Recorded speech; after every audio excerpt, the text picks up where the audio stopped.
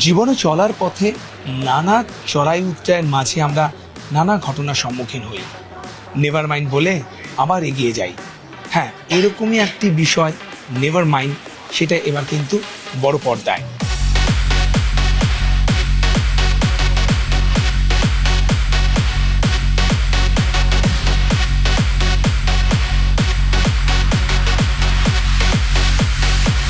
আসতে চলেছে বাংলা ছবি নেভার মাইন্ড, আর এই ছবির মধ্যে দিয়ে কিন্তু পরিচালনার আঙিনায় পা রাখছেন চৈতি ঘোষাল। একদিনের গল্প, সকাল থেকে রাত্রির অবধি, মধ্যরাত্রি ভোর হতে চলেছে এই জার্নিটার একটা গল্প, একদিনের গল্প। তো সেই গল্পে কয়েকটি চরিত্র আটকে থাকার গল্প। একটি চরিত্র যেটা ঋতুপর্ণা করেছে, সুদূর লেস্টার থেকে আসে in search of something. Amartya যে চরিত্রটা করে, সে যা কি বলবো, ঘুরে বেড়ায়, ব্যাগাবার, নানান রকম কাজকর্ম করে, আবার সঙ্গে একটি গিটারও আছে, গানও গায়। এবং সবচেয়ে বড় কথা, ওকে দেখে মানে ও অ্যাংলো ইন্ডিয়ান বলেই আমরা জানি, হোমে মানে বড় হয়েছে। তো সেই ছেলেটি আবার গানও গায় এবং মৌলিক গান গায়, নিজে লেখা, এবং সেই গানের জায়গাটাই রূপম ইসলামের সঙ্গীত নির্মাণ। রূপম ইসলাম গানটি মানে লিখেছেন, সুর দিয়েছেন, গান গেয়েছেন এবং ব্যাকগ্রাউন্ড বিজিএমও করেছেন, ব্যাকগ্রাউন্ড সঙ্গীতটাও উনি করেছেন। আমরা সকালে যে চরিত্রগুলো দেখি, তারা বিভিন্ন কারণে বিভিন্ন গল্পের মোড়ে একটি বারে আসে, সেই বারটার নাম নেভার মাইন্ড। তো যে চরিত্রগুলোকে আমরা দেখলাম নেভার মাইন্ডে, তারা কি সত্যি জীবনকে নেভার মাইন্ড বললো, নাকি নেভার মাইন্ডের শব্দ বদলালো, নেভার মাইন্ডের মানে বদলালো? তো এটাই ছবি, এটার জন্য দেখতে হবে।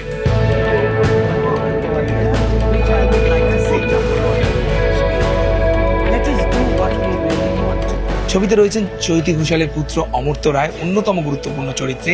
অনেক ক্ষেত্রেই মনে হয় ফ্রম দিস বিগিনিং যে যখন অডিশন পাঠাই অজস্র, বম্বের কাজ হোক বা কলকাতার কাজ হোক, তারপরে সেই অডিশনগুলো যখন কলব্যাকস হয় না, তখন মনে হয় নেভার মাইন্ড, এগিয়ে যাই, পরের ছবিতে আবার কাজ করবো। আমি বলবো এইসব শব্দগুলো তোমরা বলো, আমি বলতে চাই না চুজি বা সিলেক্টিভ, বাট ডেফিনেটলি আমার মনে হয় যে যেই চরিত্রে বা যেই গল্পে আমি কিছু সত্যি কন্ট্রিবিউট করতে পারবো, সেইগুলোই নেওয়ার চেষ্টা করি আমি।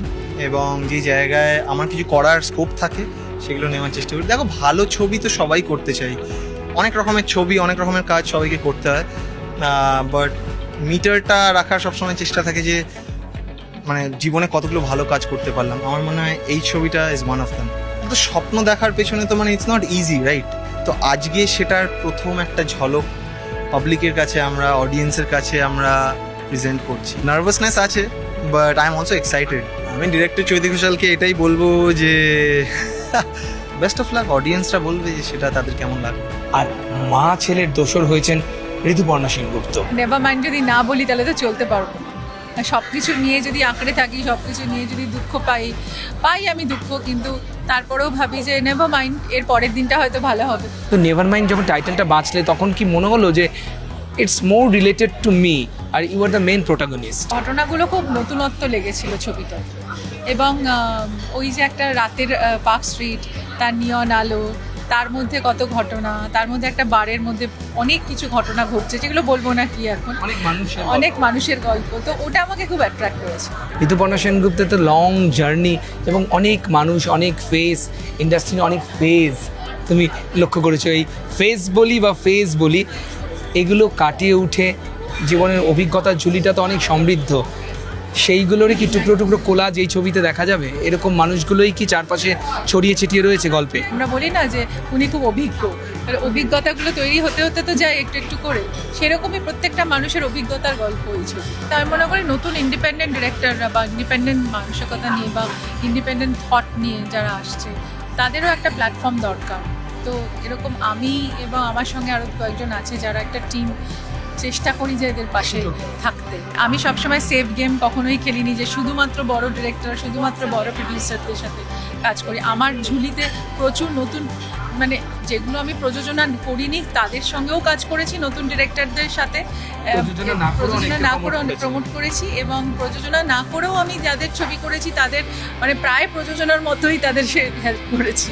কিন্তু আমি মনে করি যে সেটা আমার নিজেরও আনন্দ লাগে যে কেউ যদি কোনো নতুন ট্যালেন্ট যদি বিকশিত হয়। You know, I'm sure the music will be wonderful. Give me one chance. সেটা আমরা বলবো পরে।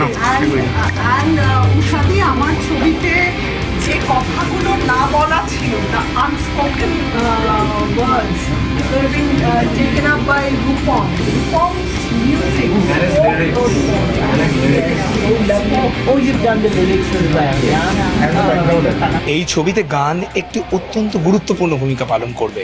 এবার শিল্পী কলাকুশলীরা কি বলছেন তা তো শুনবো তাদেরই মুখ থেকে। অত্যন্ত ভালো লাগা থেকেই কাজটা নিয়েছিলাম, কারণ আমি জানতাম যে এই সাউন্ডস্কেপের জন্য আমাকে দরকার। লিরিক, কম্পোজিশন, অ্যারেঞ্জমেন্ট, গাওয়া, ব্যাকগ্রাউন্ড স্কোর সবগুলো কাজই খুবই ইন্টারেস্টিং ছিল।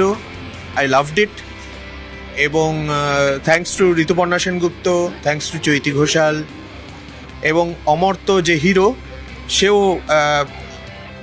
ও আমাকে খুব ভালোবাসে। কাজেই এই গোটা টিমটাই একটা পরিবারের মতো।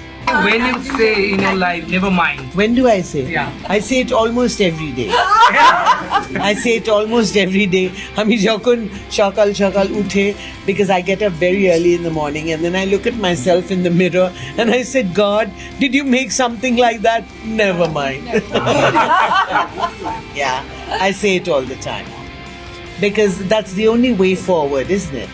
Never mind what is happening around you at the moment. Life goes on. Forget about everything else. Never mind the noise in the market. Just follow what you have to follow, and that is the future.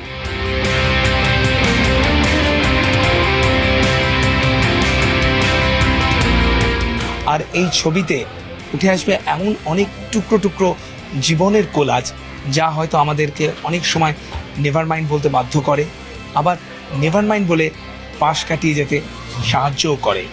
সুতরাং সেই সমস্ত গল্প নিয়ে বড় পর্দায় never mind.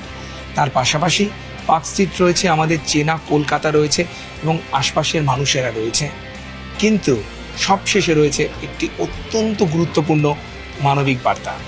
ক্যামেরায় বিপুল ঘোষের সঙ্গে মানস বসাক, নিউজ 18 বাংলা।